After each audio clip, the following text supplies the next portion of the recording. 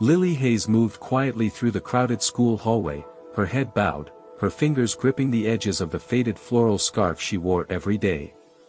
It was more than just a piece of fabric, it was her shield, hiding the burned scars that stretched from her left temple down to her jawline, the scars that had changed her life forever the night the fire took her mother and left her world in ashes. Since then, she had taught herself how to disappear in plain sight, no eye contact, no conversations, no friends. People didn't understand the pain behind her silence, they only stared, whispered, and sometimes laughed. Her father, once cheerful, now spent his days buried in work and exhaustion, trying to provide for them while drowning in his own grief. That rainy Monday morning, as thunder rolled in the distance and rain soaked the pavement, Lily hurried across the school courtyard, clutching her books tightly. A strong gust of wind suddenly whipped across the yard, snatching her scarf from her face and sending it spiraling into a puddle. Panic exploded inside her. Instinctively, she raised her hands to cover her face, but it was too late, everyone had seen. A few students gasped, some pointed, others giggled cruelly. Lily's eyes burned, her heart hammered in her chest, and for a moment she couldn't move, couldn't breathe. And then, through the blur of tears, she noticed someone watching her from a distance, not a student, not a teacher, but a man standing under a large black umbrella, holding a small pink backpack in his other hand. He didn't stare in disgust, nor whisper to those beside him. His expression was gentle, concerned, not curious. Lily quickly grabbed her scarf, pulled it tightly back into place, and ran toward the building before anyone could speak to her.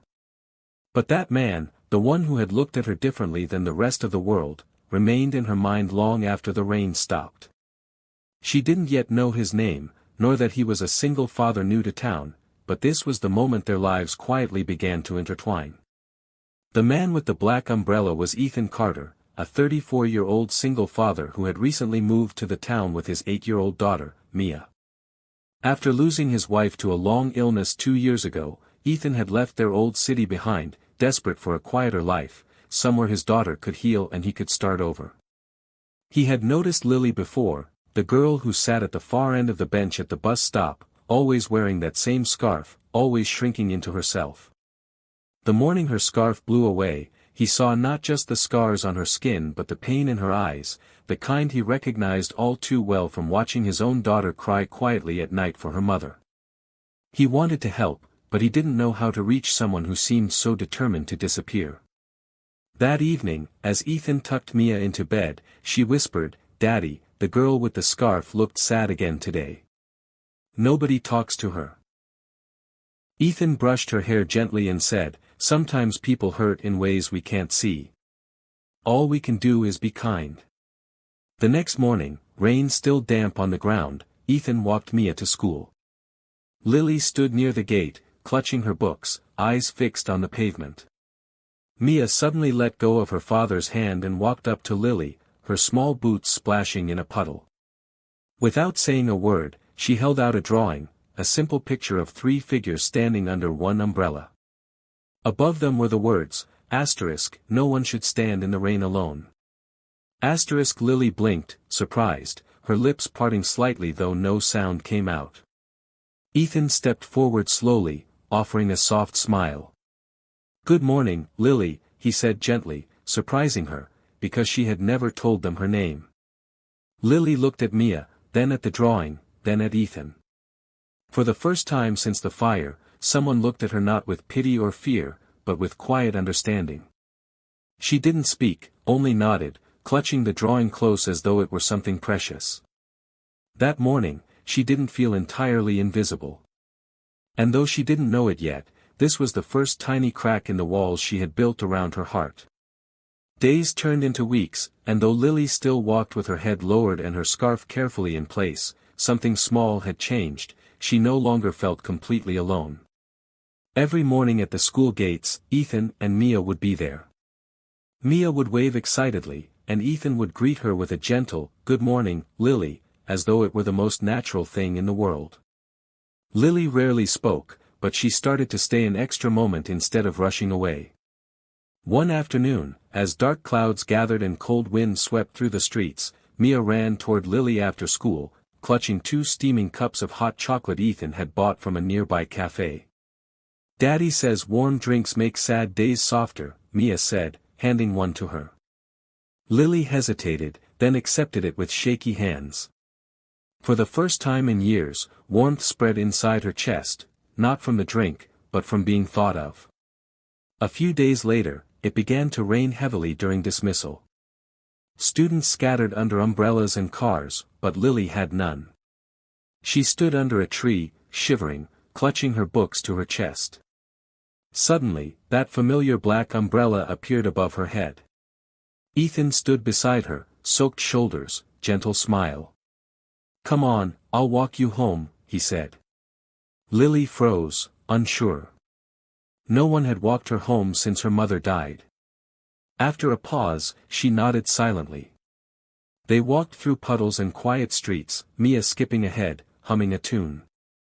When they reached Lily's building, a small, worn-out apartment complex, Ethan stopped and said softly, "If you ever need someone to talk to, or just sit with, our door is always open." Lily didn't respond, but her fingers tightened around the umbrella handle he left with her. That weekend, Mia drew another picture. This time of their small living room, with Lily sitting beside them on the couch. Underneath she wrote, "Family doesn't have to match. It just has to care." On Monday, Mia pushed the drawing into Lily's hands before running into class. Lily stared at it for a long time. And for the first time in 3 years, she smiled, small, hesitant, but real. Something inside her began to whisper that maybe, just maybe, she was allowed to belong somewhere again. As weeks passed, Lily began spending more time with Ethan and Mia, helping Mia with homework, staying for dinner sometimes, even laughing softly at Ethan's terrible jokes.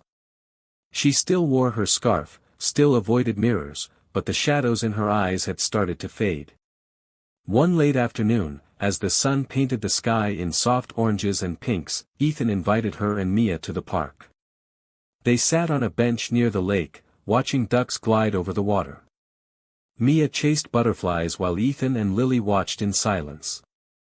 After a while, Ethan spoke gently, "You seem lighter these days."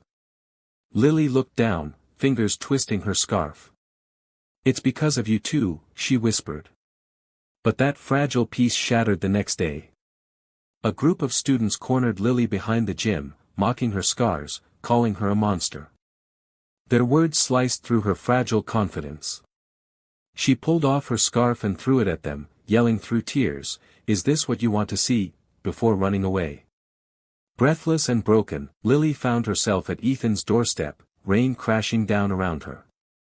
Ethan opened the door, stunned to see her soaked and trembling, her scarf missing, scars exposed. Without hesitation, he wrapped a towel around her shoulders and pulled her inside. Lily collapsed into the couch, sobbing, "Why do you care? Look at me." Ethan knelt in front of her, his voice steady and kind. "I am looking at you, Lily," he said softly. "And I see someone who survived what others never could. Someone brave, kind, and stronger than she knows." Her tears slowed, but she whispered, "I'm ugly." Ethan shook his head gently. "You're beautiful just as you are.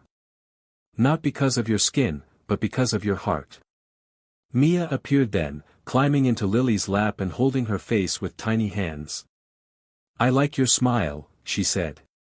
In that moment, something inside Lily broke, not from pain, but from the weight of years of silence finally lifting. She cried again, but this time it felt different, like healing. And for the first time in forever, she didn't reach for her scarf.